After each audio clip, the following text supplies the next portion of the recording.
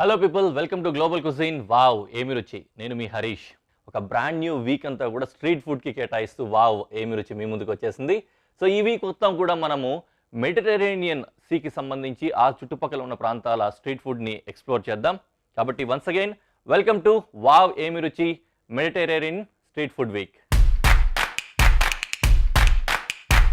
ఈ Mediterranean street food వీక్లో మనం ఈరోజు చేసుకోబోతోంది ఒక చక్కటి ఆమ్లెట్ డిష్. ఆమ్లెట్ అంటే సింపుల్గా ఉండదు, చాలా అద్భుతంగా ఉంటుంది. స్ట్రీట్ ఫుడ్లో వాడతారు, రెస్టారెంట్స్లో కూడా దీన్ని చాలామంది వాడుతూ ఉంటారనమాట.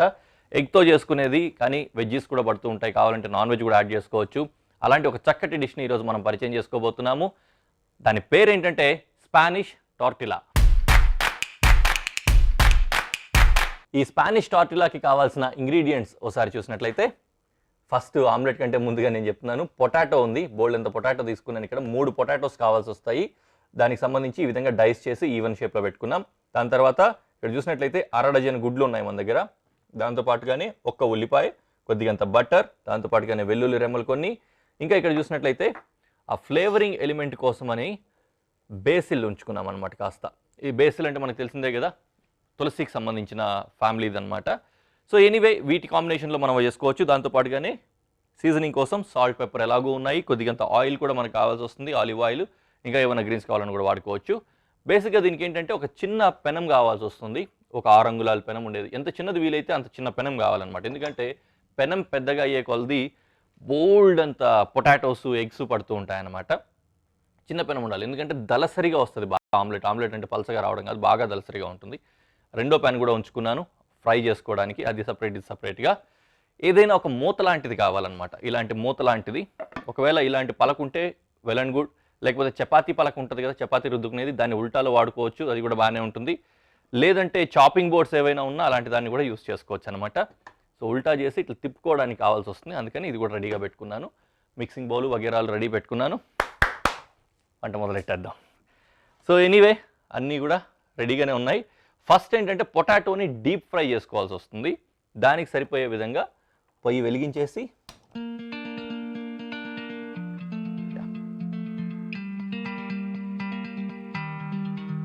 కాల్చేపట్టేలా ఉంది.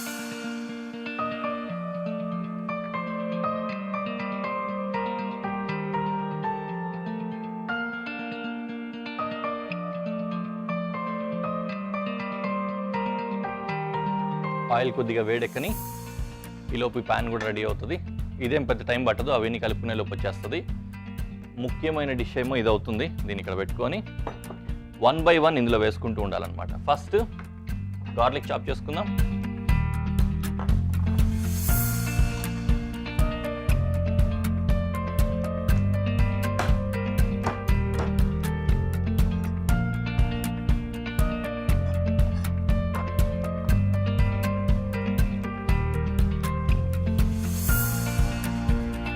ఫైన్గానే చేద్దాం, ఎందుకంటే బోల్డ్ అంత క్వాంటిటీ ఉంది కదా, అన్నింటిలోకి ఈవెన్గా స్ప్రెడ్ అవ్వడానికి బాగుంటుంది.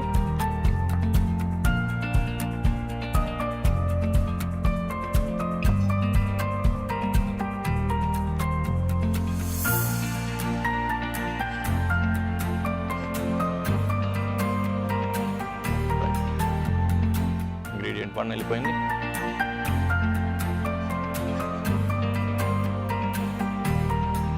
ఆనియన్,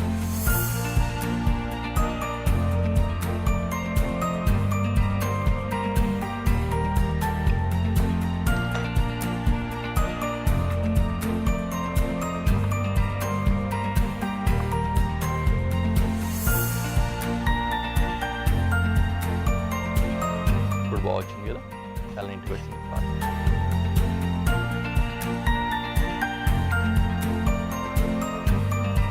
ఓకే, ఆయిల్ వేడైపోయింది. నా వేసుకుందాం.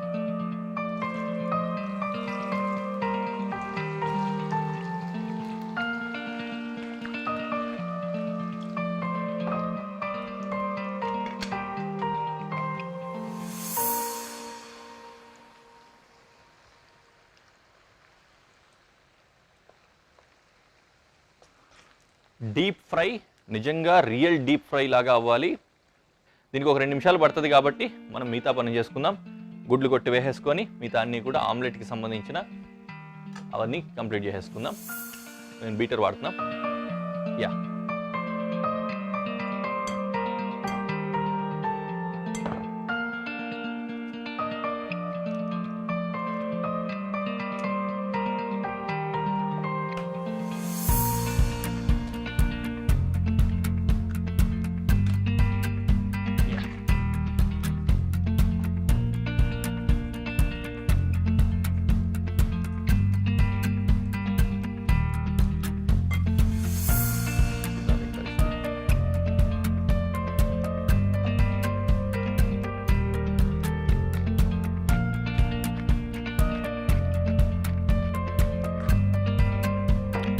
Pepper and salt.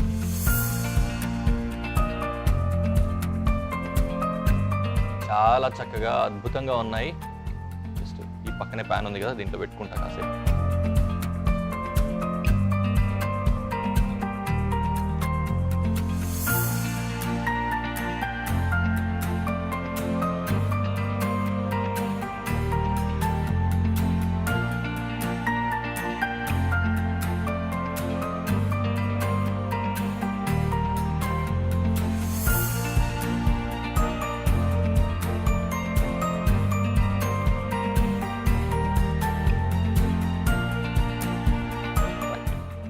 అయిపోయింది.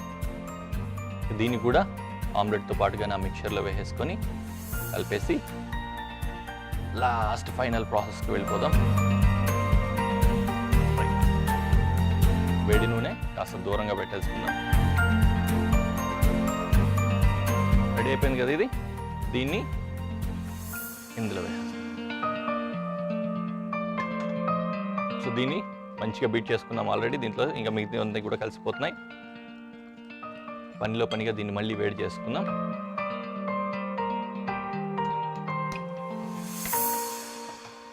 నెక్స్ట్ ప్రాసెస్కి సిద్ధపడిపోతుంది అనమాట మొత్తం.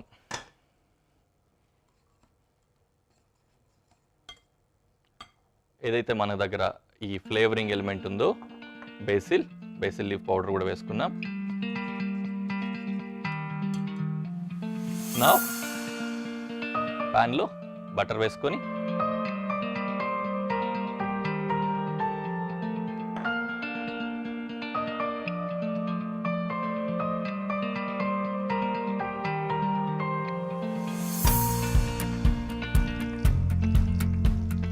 దీన్ని ఇందులోకి షిఫ్ట్ చేస్తున్నాను.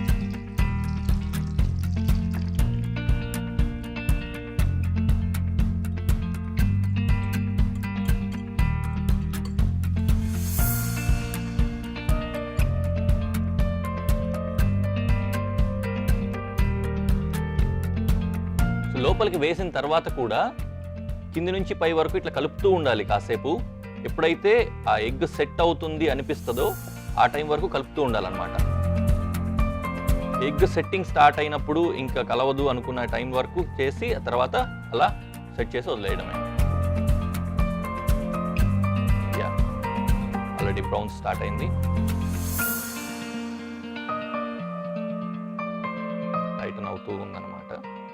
సో ఇప్పుడు నేను ఈవెన్గా స్ప్రెడ్ చేసి వదిలేస్తాను.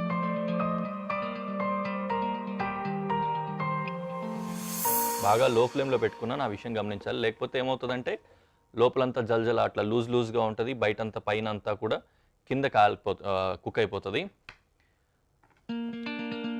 కొద్దిగా సైడ్స్ అన్నింటినీ లూజన్ చేసుకొని విరిగిపోకుండా ఉండడానికి అన్నమాట. ఆల్రెడీ మన దగ్గర ఉన్న ప్యాన్ కనుక నాన్ స్టిక్ అయితే ఇంకా ఈజీ అయిపోతుంది పని అంతా.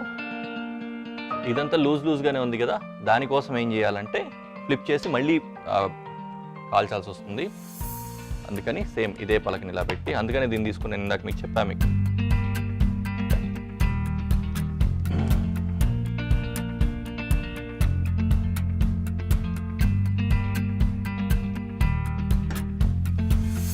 దీన్ని మళ్ళీ నిదానంగా అటువైపు వెళ్దాం. మన దగ్గర వేరే ప్యాన్ ఏదైనా కొద్దిగా ఫ్లాట్ ప్యాన్ ఉంటే ఇంకా ఈజీ అయిపోతుంది పని.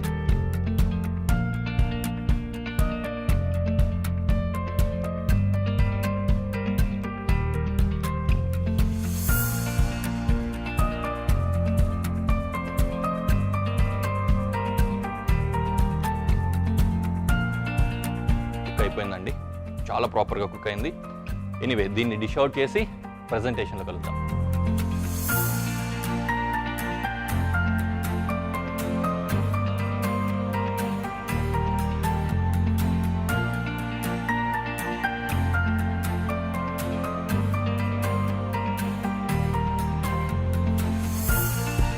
ఉంది కదా మంచి టెక్స్చర్ తోటి.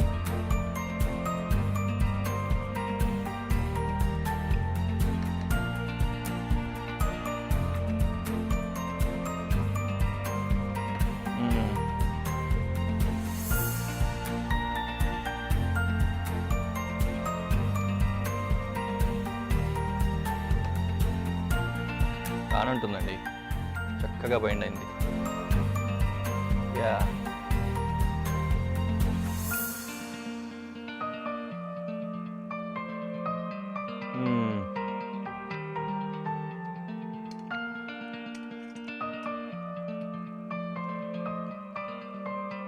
చాలా బాగుంది.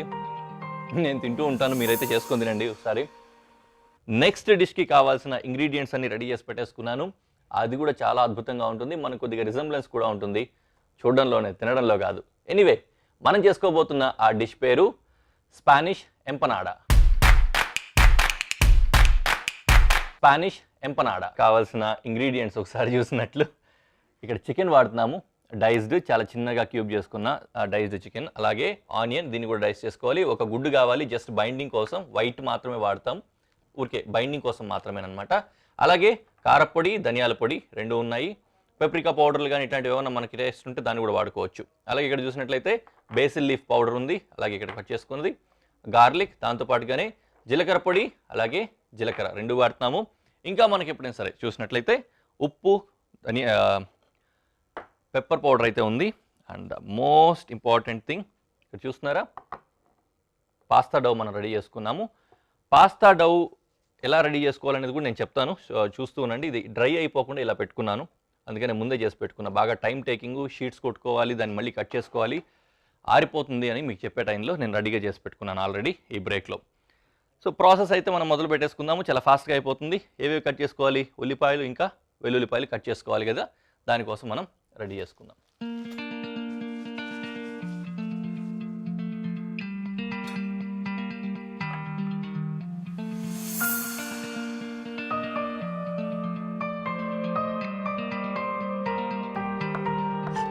Okay, onion ready.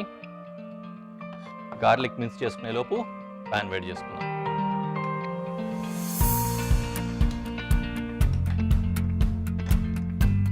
వేడవుతుంటుంది. గార్లిక్ ఒకటి చేసుకుందాం.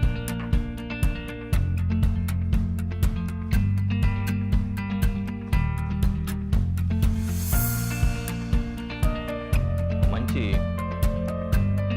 పద్యం ఒకటి ఉంటుంది, సాధనమున పనులు సమకూరు ధరలోన అని. Practice makes man perfect. చూసారా, ముందు నేను కట్ చేసే స్టైల్కి ఇప్పటికి మారిపోతుంది. కొద్దిగా ఎక్కువ పీసులు మంచిగా వస్తున్నాయి ఈ మధ్యలో. ఐ హోప్ ముందు ఇంకా బెటర్గా వస్తాయి అనుకుంటున్నా. ఒక కన్ఫ్యూజన్, ఆయిల్ తర్వాత గార్లిక్ తర్వాత ఆనియన్.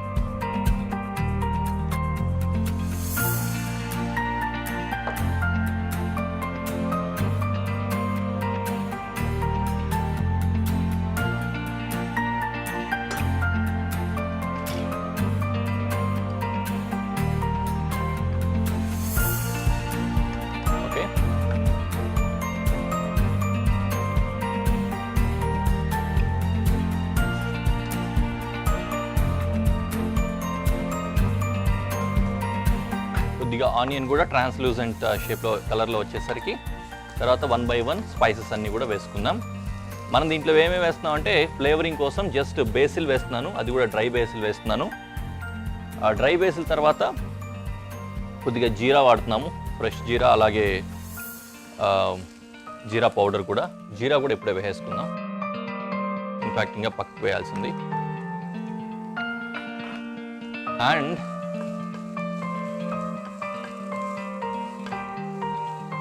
కొద్దిగా బెల్ పెప్పర్స్ కూడా వాడుకోవచ్చు మనం దీంట్లో. ఇది ఫ్రై అవుతున్న టైంలో బెల్ పెప్పర్స్ కూడా వేసుకుందాం. ఏమేం కలర్స్ ఉన్నాయి ఇందులో? రెడ్ అండ్ గ్రీన్ వాడతాను, కొద్దిగా డిస్టింక్ట్గా కనిపిస్తాయి.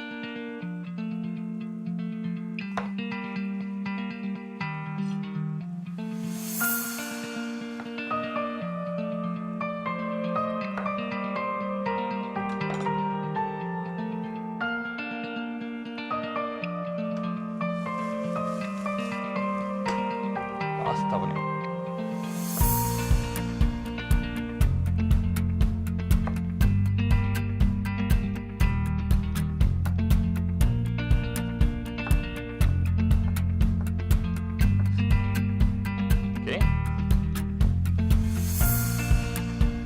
ఇవి లాస్ట్లో వేద్దాం చికెన్ తర్వాత.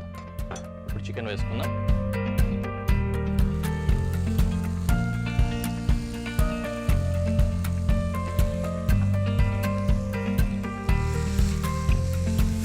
ఈ చికెన్ కొద్దిగా కుక్ అయిన తర్వాత మనం మిగతా కూడా వేసుకోవాలి, కాబట్టి ఈలోపు ఇది కూడా రెడీ చేసుకుంటున్నా.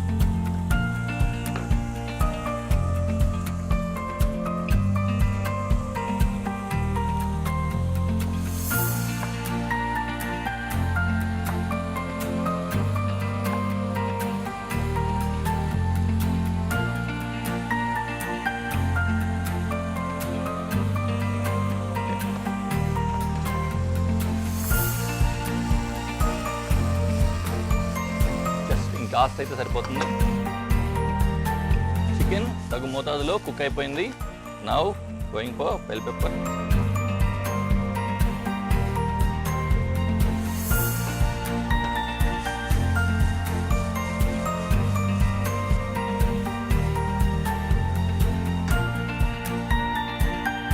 రైట్, పని అయిపోయింది. నౌ స్పైసెస్ వేసుకుంటున్నాం. ధనియాల పొడి, ఇందాక వేసిందేమో బేసిల్ లీఫ్, పెప్రికా లేకపోతే కారపొడి, ధనియాల పొడి, ఇది జీలకర్ర పొడి. అక్కడికి అయిపోయింది.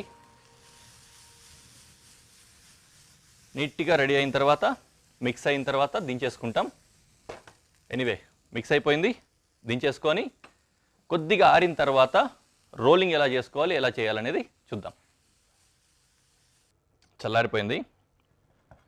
సో నెక్స్ట్ బైండింగ్ కోసం దీంట్లో కావాలి కాబట్టి దీంట్లో పెట్టుకున్నా. అయితే ఇవి చికెన్ ముక్కలు కావచ్చు, లేకపోతే మిగతా వెజిటేబుల్స్ కావచ్చు, లావులావుగా ఉన్నాయి కదా. మన దగ్గర ఉన్న షీట్ ఏమో సన్నగా ఉంది. పాస్తా డోతో చేసిన షీట్ ఏదైతే ఉందో ఇది బాగా చిన్నగా ఉంది. ఈ ముక్కలు తీసి దీంట్లో పెడితే నలిగిపోతుంది అనమాట. అందుకని అలాగే పెట్టుకొని దీన్ని కొద్దిగా కట్ చేసుకుంటాం.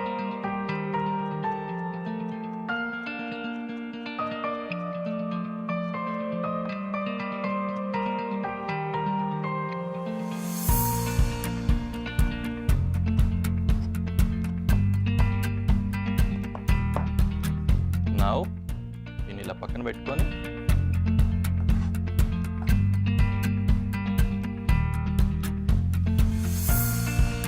ఈలోపు ఆయిల్ వేడి చేసుకున్నాం. వాటిని రోల్ చేసేంత టైంలో ఇది రెడీ అయిపోద్ది కదా.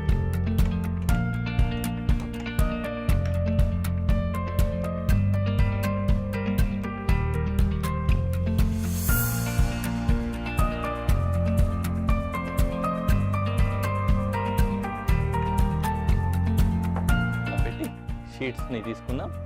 దీనికోసం చిన్న బౌల్ కావాలి. రీజన్ ఏంటంటే ఇదే సరిపోతుంది. దీంట్లోనే వేసుకుంటాం.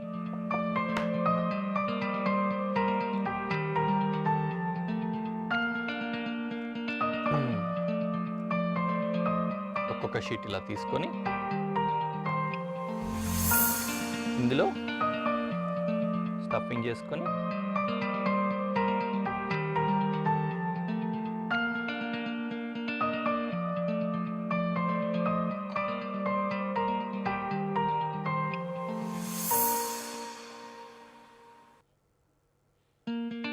కొద్దిగా ఎగ్ రాయాలన్నమాట.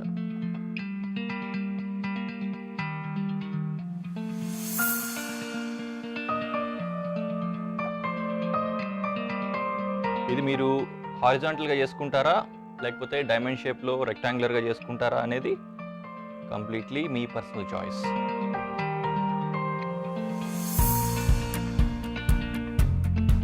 స్టఫింగ్ ఎక్కువే అయింది. నెక్స్ట్ దాన్ని కొద్దిగా తక్కువ పెట్టుకుందాం.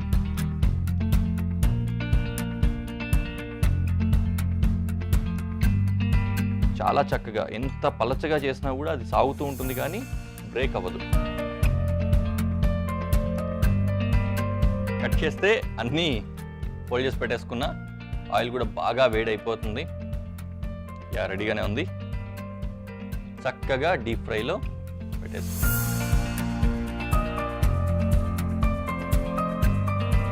ఓకే, 3 బట్టే 3 వదిలేస్తున్నాను. మళ్ళీ చేసుకున్నాం.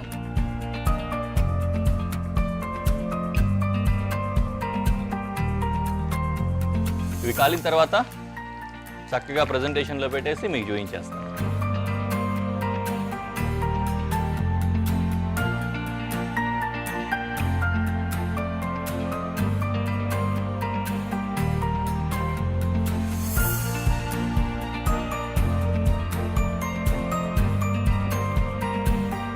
చక్కగా రెడీ అయిన ఎంపనాడాస్.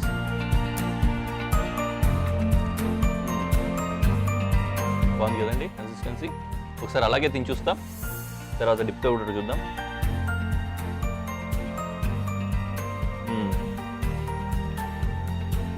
చాలా చక్కగా ఉంది.